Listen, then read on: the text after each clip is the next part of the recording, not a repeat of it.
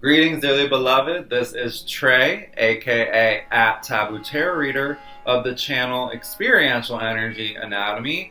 Welcome to another episode of the Occult Astrology vlog series. In this episode, we'll be deep diving into the fundamentals of Vedic astrology, into the 10 golden rules of Vedic astrology.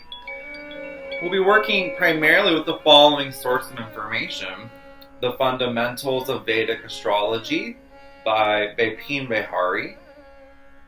A fantastic piece of work, that presents concepts in the context of the continuing process of self-discovery and spiritual development for any student of the astrology who is curious to integrate Vedic astrology into their practice.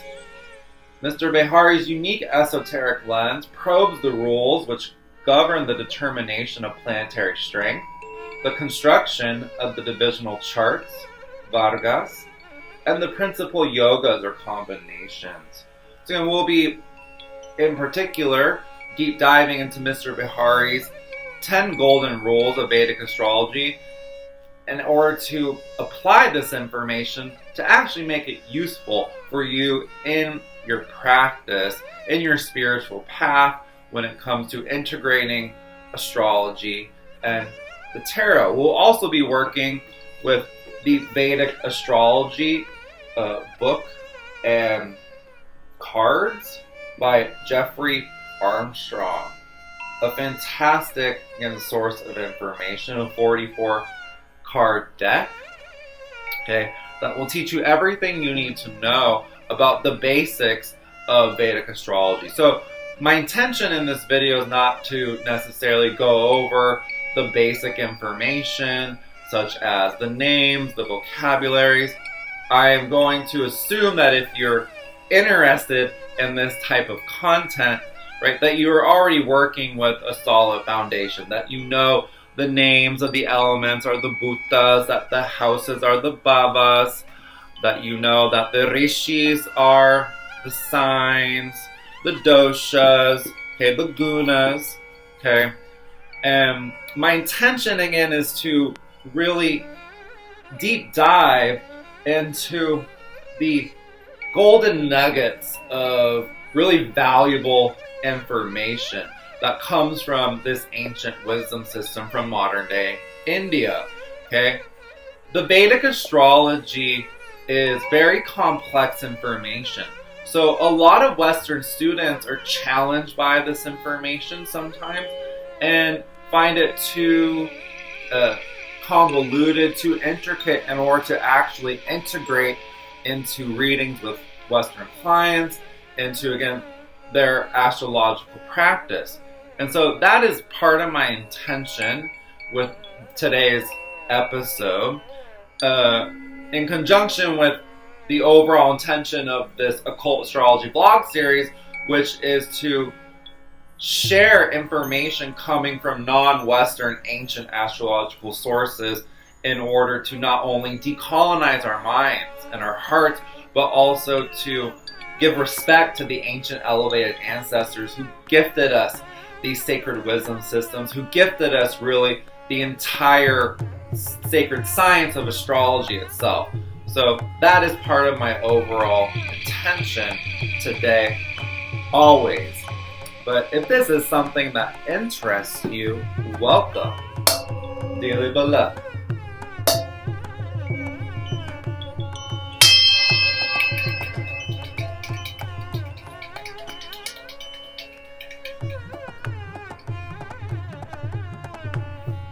Okay, let's dive deep. So the first thing to understand about Vedic astrology and its main difference from Western Hellenistic astrology, it's also known as sidereal astrology, is that the Vedic system, just like the Chinese Zodiac, is based off of not a solar calendar like in Western Hellenistic astrology, but a lunar calendar. The Zodiac, as we understand it, has been refined in the Vedic system into what are called 27 Nakshatras. Now there's a mysterious long-lost 28th Nakshatra, according to the Vedic literature as well, but these 27 Nakshatras divide the lunar ecliptic, okay, the moon cycle around the Zodiac, again, into 27 units or metaphysical measurements called Nakshatras that are 13 degrees and 20 minutes of the ecliptic each. And we'll really dive deep into the Nakshatras at the end of this episode, so stay tuned. We'll really get into it in a hot minute. But that is the first thing to understand about the Vedic system. Again, is that it is working with the lunar rhythms rather than the solar rhythms. And it can, therefore, the nakshatras are seen very, again, convoluted, intense, and like a lot of information at first to digest. But there's really, really important metaphysical concepts that are being invoked, okay, within the student, within the initiate. And that is what we'll dive deep into, okay?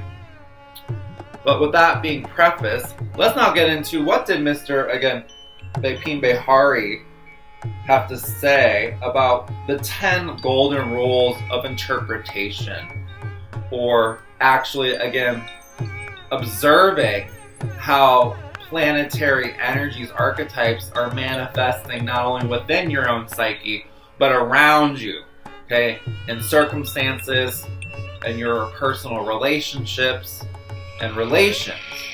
Okay? So these 10 golden rules of interpretation hopefully will empower you, okay, dearly beloved, when it comes to, again, understanding the depths of astrology as a tool that you can integrate into your spiritual toolkit in order to expand your soul, in order to connect the dots. Okay, what are the connections, okay, within Vedic astrology? I think it's so beautiful, this wisdom system, because it shows us that astrology isn't just this esoteric, okay, ethereal, intangible system of the mind. It grounds it down and teaching you how yoga as a wisdom system connects you to the different spheres of influence of each planet, the different chakras, the whole chakra system. Okay, it teaches you about Ayurveda and how different plants and plant archetypes are related as well to different planetary spheres of influences. It also, Vedic astrology talks about the importance of palmistry and how to read and get information about a person's birth chart via their palms. This is a very intricate, ancient, and sacred wisdom system. So maybe we should, rather than having our defenses up intellectually and then just devaluing, deflecting, and discarding this information into the intellectual trash bin, maybe we should give these Vedic sources of information, these Vedic scholars, some due credence and listen to what they have to say. So again, if you're still with us, thank you so much. Your presence is truly appreciated here. Okay, the golden rule number 1 of interpretation, according to Mr. Bipin Behari, is that number 1, planetary strengths, i.e. exalted planets, in the sign of their rulers, show the soul's maturity. I'll repeat that. Planetary strengths, i.e. exalted planets, in the sign of their rulers, show the soul's maturity.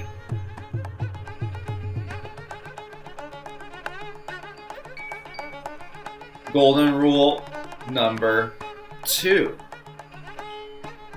The ascendant lord represents the guardian angel.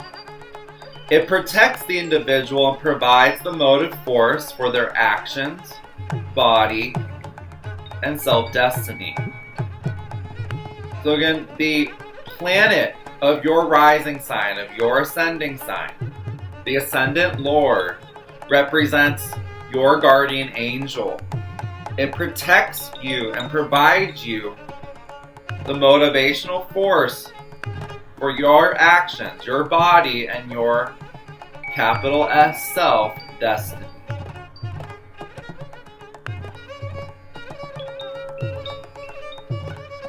Golden rule number 3. An integrated capital S self is revealed by harmonious aspects between the sun, moon, and ascendant or rising sign. Repeat.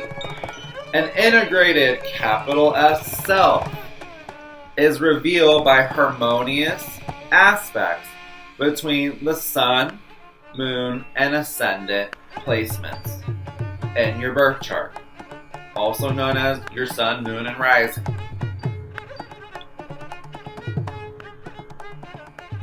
Golden rule number 4. Opportunities and impediments in life are shown by the distribution of benefics and malefics in the different bhavas of the natal chart. I'll repeat that. Opportunities and impediments in life are shown by the distribution of benefic and malefic planets in the different bhavas or houses of the natal chart. Golden rule number 5. Fruit gathering souls and action-oriented individuals are identified on the basis of planets being above or below the horizon in the natal chart. I'll repeat this. Fruit gathering souls and action-oriented individuals are identified on the basis of planets being above or below the horizon in the natal chart. Below meaning between the ascendant and 7th house. Above meaning between the ascendant and 1st house.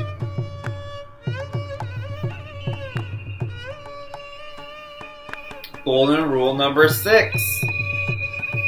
The significance of a house is deciphered by the disposition of the same house relative to it.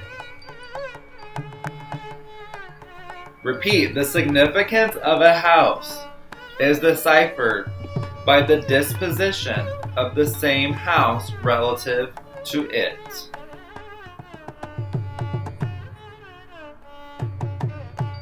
Golden rule number 7. The nodes of the moon, also known as Rahu and Ketu, represent karmic influences which are difficult to understand and which cannot be avoided. Okay. Again, repeat. The nodes of the moon, aka Rahu and Ketu, represent karmic influences which are difficult to understand and which cannot be avoided.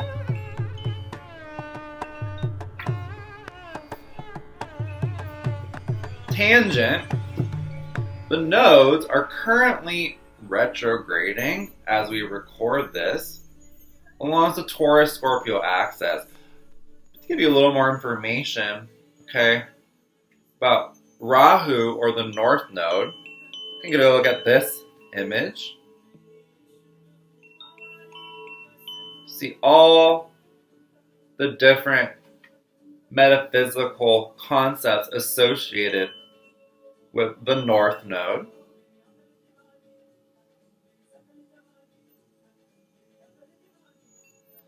And then Ketu, the South Node.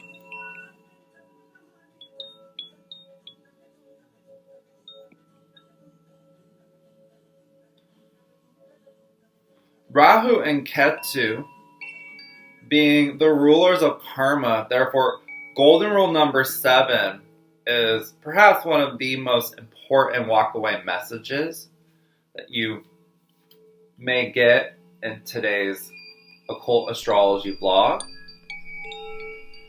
The North Node is also said to govern karma from this current incarnation, and the South Node is said to govern karma from any of your past life incarnations, to give people a little bit more context about how to begin interpreting your North Node and South Node placements in your birth chart.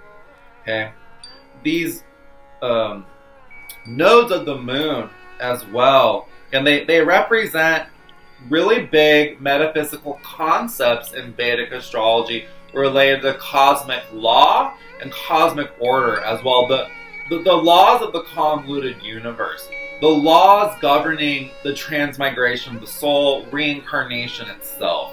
Okay, so these are big concepts, again, that are associated with Rahu and Ketu with the North and South Node. Golden rule number 7.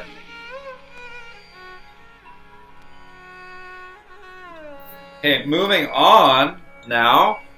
Golden rule number 8.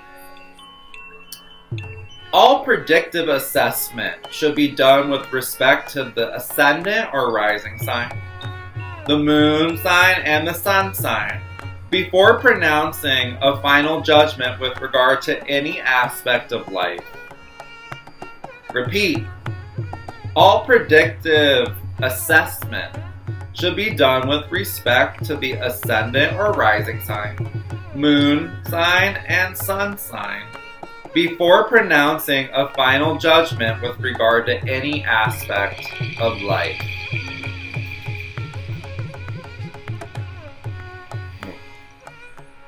Golden rule number 9. The nature of a house is regulated by the lord of the sign, which is occupied by the lord of the house under consideration.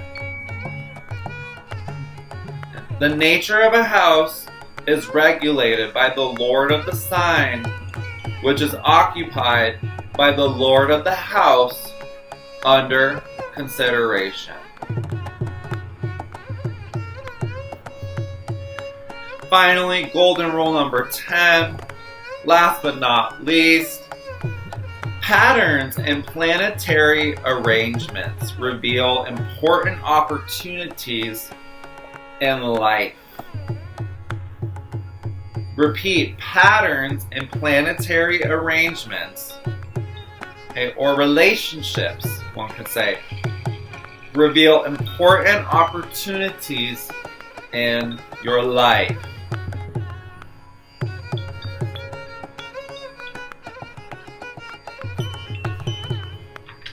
Okay, let that information sit and settle for a hot minute.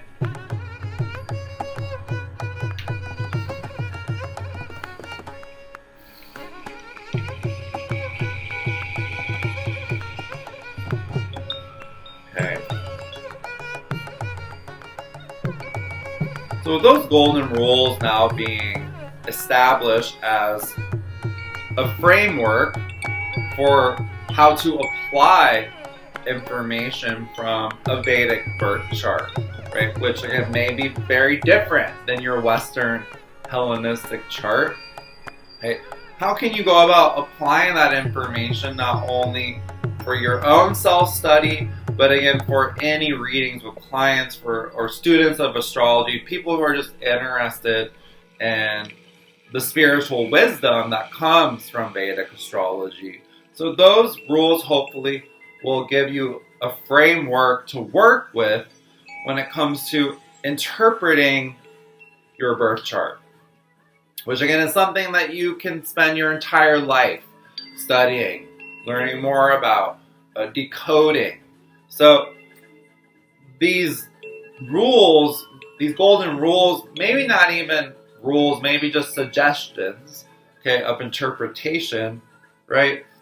They may seem a little esoteric to some people. They may seem at first, again, convoluted, but there's a lot of, I feel, in the language even that's being used, okay, it's to me very direct, actually. It's like cutting away all the floral language, and those are the core nuggets of valuable information that I walked away with from this book, Fundamentals of Vedic Astrology, which again is full of information. For some people, again, Vedic is information overload, especially when attempting to interpret and apply the Nakshatras. So again, coming back to the lunar nature of the Vedic system, again, just like the Chinese Zodiac, the Nakshatras are a lunar calendar. So this is very significant.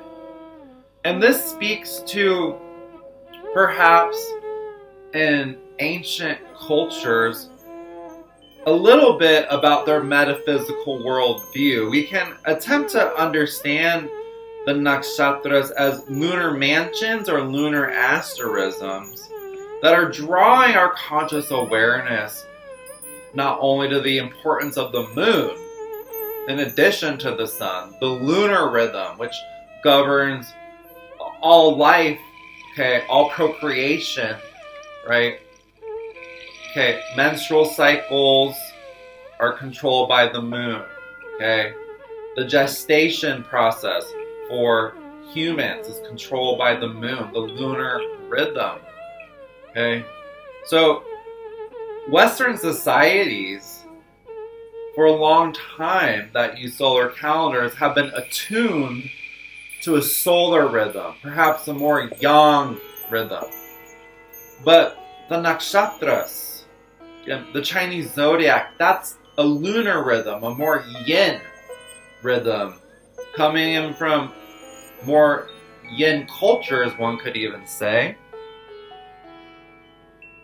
But the Nakshatras not only draw our awareness to the moon itself, it also draws our awareness to duality. Okay? Because the first thing to understand about the Nakshatras is that they're inherently dualistic, which is teaching us, attempting to teach us that cultures that choose just one rhythm, solar or lunar, are not balanced cultures, because lunar and solar energies are constantly interplaying. This is what the lunar nodes teach us, in a way. And they're not separate from one another. So what does this mean? Okay? This means that all ancient cultures, whether it was in the ancient Vedic civilization, the ancient Mayans, the ancient Egyptians, they all, again, their metaphysical worldview could be perhaps, again, defined by the importance of duality and the importance of the solar-lunar duality. Okay, here. The yin to the yang. The light to the dark. The electric to the magnetic. The masculine to the feminine. The bitter to the sweet. You know, whatever duality you can project onto the sun and the moon cards. Okay. Vedic astrology, okay, provides some interesting interpretations about the importance of the interplay of solar and lunar energies. Vedic astrology says that the moon reflects solar energy, which is the spiritual pinnacle or the pure white light. Okay, so solar energy could also be likened to the Shiva principle, okay, in Vedic astrology, which provides a vitalizing and protective force during initiation into the lokshas, or the spheres of human consciousness. This could also be likened to the process of psychosynthesis and archetypal psychology for those who study individuation, for those who study Carl Jung. Okay, the nakshatras, again, perhaps govern the hidden, shadow aspects of the process of psychosynthesis of individuation. Again, and the moon, this wisdom system of the different lunar mansions or lunar asterisms that, again, they integrate the zodiac, as we understand it, the 12 zodiac signs.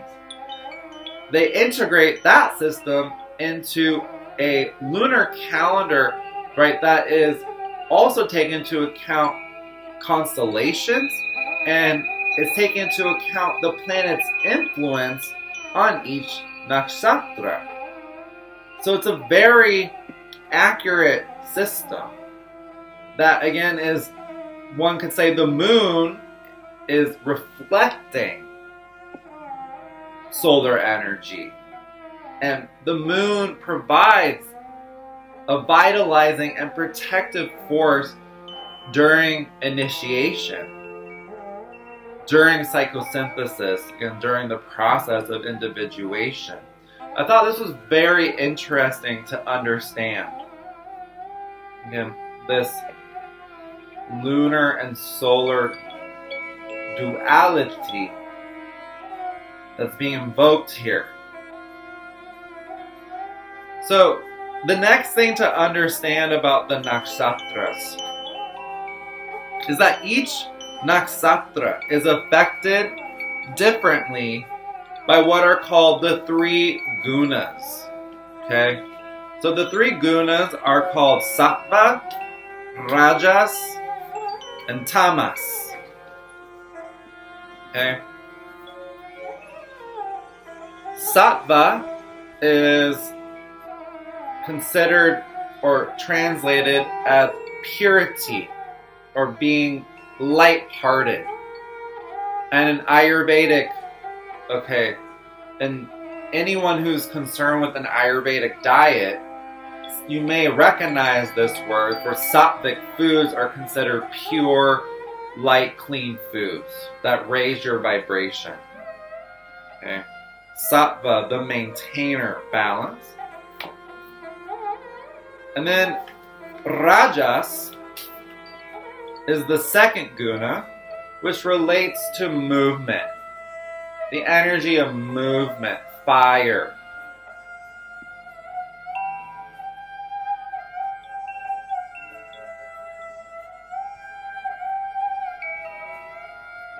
People who have the Pitta constitution, for example, often are working with a lot of rajas energy.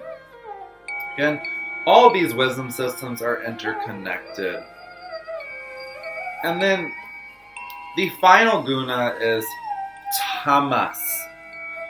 And some people may recognize this from Ayurveda as tamasic foods, such as fried foods are very tamasic. This word has many different translations. Ignorance, darkness, inertia. But these are, again, the three gunas. One could say the three levels or modes of nature, modes of experience, again, that affect each nakshatra differently.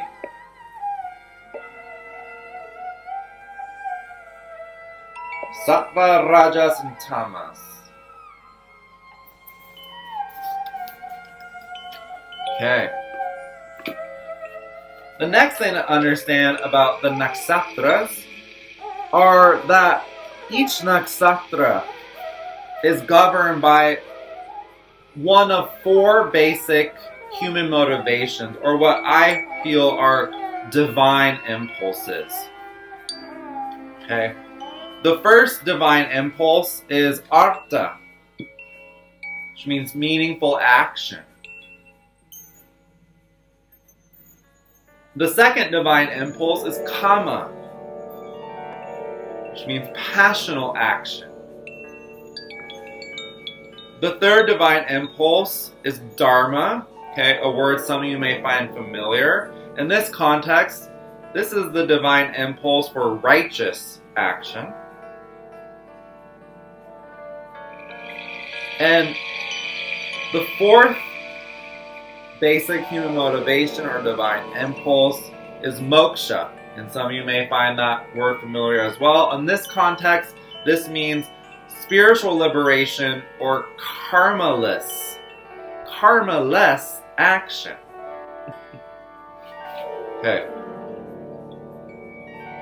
So again, these gunas and divine impulses, why are these important to understand? Because again, each nakshatra, right, is connected to these principles, okay, to these modes of experience. So perhaps the gunas are maybe the modes of experience, okay, and the impulses, the divine impulses, or the basic human motivations could be described maybe as the manifestation, the result that actually manifests within humans, within human behavior. Okay. So if this sounds again very esoteric, very new age to you, as they say, well again, this is very ancient information. There's nothing new age about it. But the nakshatras aren't just esoteric concepts. Again, within the nitty-gritty, okay, chart calculations, okay, each nakshatra, okay, is a metaphysical unit of 13 degrees and 20 minutes along the lunar ecliptic path. And each nakshatra also is further divided into what are called 4 padas, okay, or legs or feet. Okay? And again, each nakshatra has a ruling planet, but each pada as well has a different planet governing it. So the relationships between those planets and the ruling planet of that nakshatra are very important. And we'll get into that in a hot minute. Stay tuned. But I want to get back to the most important walkaway message to understand, perhaps, about the nakshatras are again the dual aspects of each nakshatra. That each nakshatra has a yin expression and a yang expression, a lunar expression and a solar expression, a masculine expression or a feminine expression. Okay? So this is related to, in again, this book, The Fundamentals of Vedic Astrology. Okay. Mr. Behari said that when an individual passes through involutionary stages of development, the effect of the nakshatra or lunar mansion will be of one kind, while its impact on those who are on evolutionary paths will be different, though related to the same impulse. Okay? So what does this mean? You may be asking. Okay? This means that in Vedic astrology, okay, soul growth, the path of soul growth could be divided into 2 different spheres or paths. Okay? The path of evolution, which is the sun. This can be symbolized by the Hierophant, major arcana, and the tarot. Versus involution, which is the moon, the lunar rhythm, which can be represented by the high priestess, major arcana, the path of the priestess.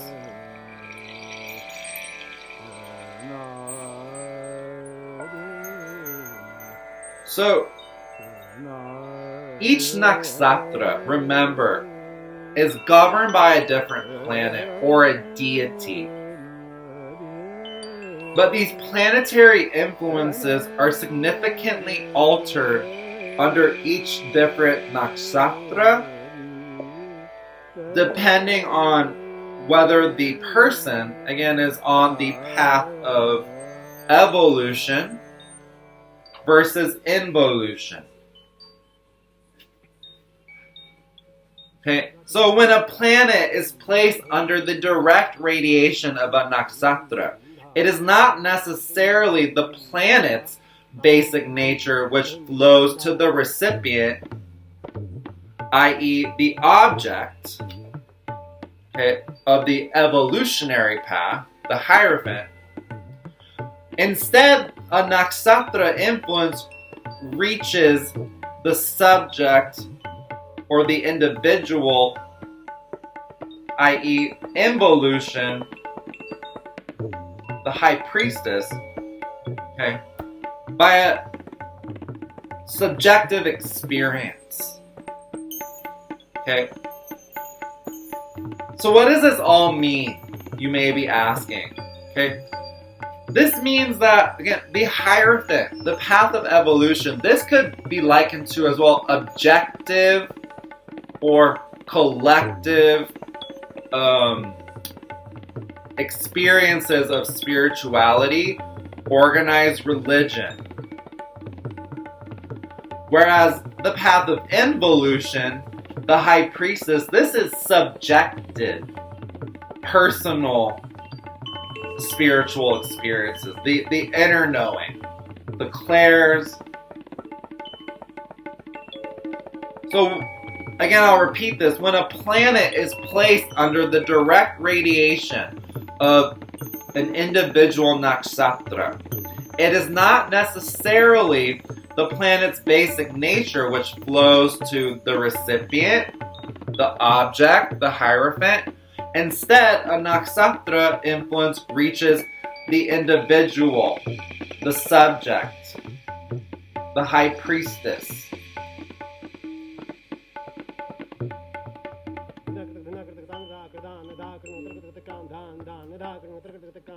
In a nutshell, this duality, again, of the inner realms to the outer realms, okay?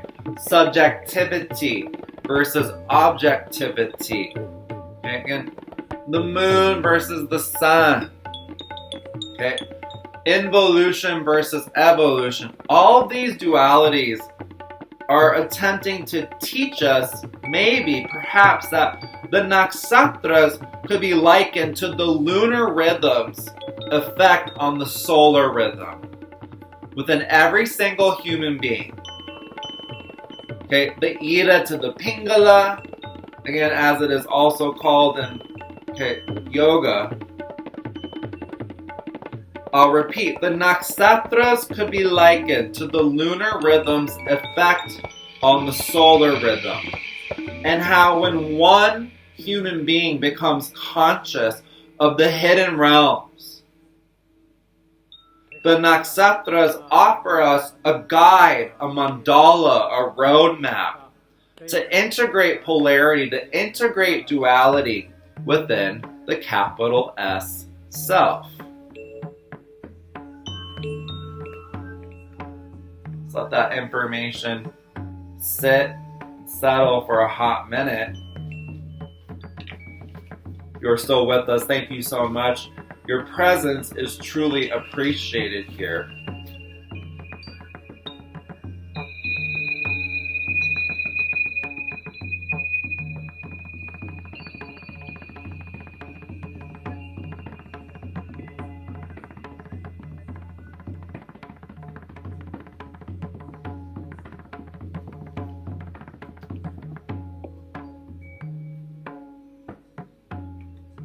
As we move into the age of Aquarius, it is important to, yes, balance traditions to balance and respect older wisdom systems, right? Their rules, their perceptions.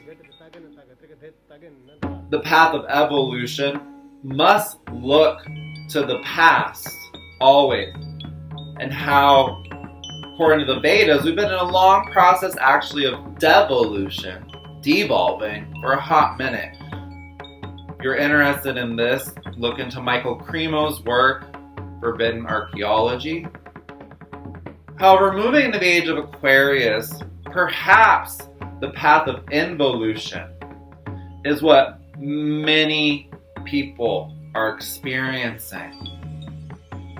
Perhaps your personal subjective understanding of these spiritual energies, these archetypal energies, these subconscious energies, okay, which the physical tarot cards themselves represent in relationship to the planets, perhaps your personal subjective understanding of these energies is more important than someone else's understanding of them, than the objective collective understanding of them. Again, perhaps here, if you're going to have one walk-away message from this video, okay, perhaps you studying all this information, perhaps studying Vedic astrology, understanding the Nakshatras on a deeper level, again, can help you within yourself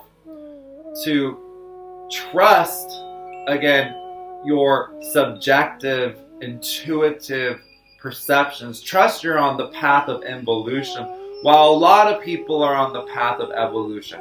Okay? They are just two paths. Okay? No more, no less than the other. Both are attempting to strive towards the same goal, which is achieve the crown, right? To awaken. They're just along different paths. Again, no more or no less. And all paths eventually lead to the crown if one is righteous and remains true of heart, true of intention. So let's just respect everyone's path to the crown, to awakening, and understand that every path is beautiful, really, if we're all striving for the same place, really, which is to return home to source consciousness itself, to return home to the capital S self, the Fool's journey.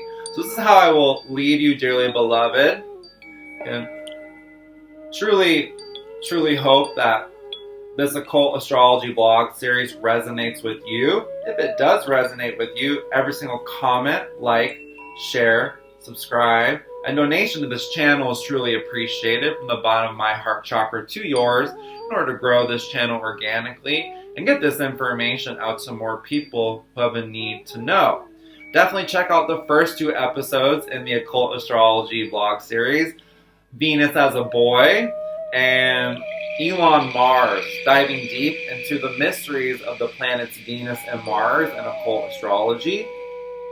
And if you really enjoy the astrology and tarot and yoga content that this channel offers, okay, you can head over to my Patreon page, link in the description box below. Okay, patrons currently, all new patrons will receive a free personal 15-minute reading from yours truly as a sign of my gratitude. Patrons to this channel receive access to the monthly astrological newsletter as an ebook. Patrons receive access to the extended Need to Know tarot reading series. Okay, patrons also receive access to direct text question messages with me and discounts as well on personal readings in which you can gain the most accurate information regarding your personal story.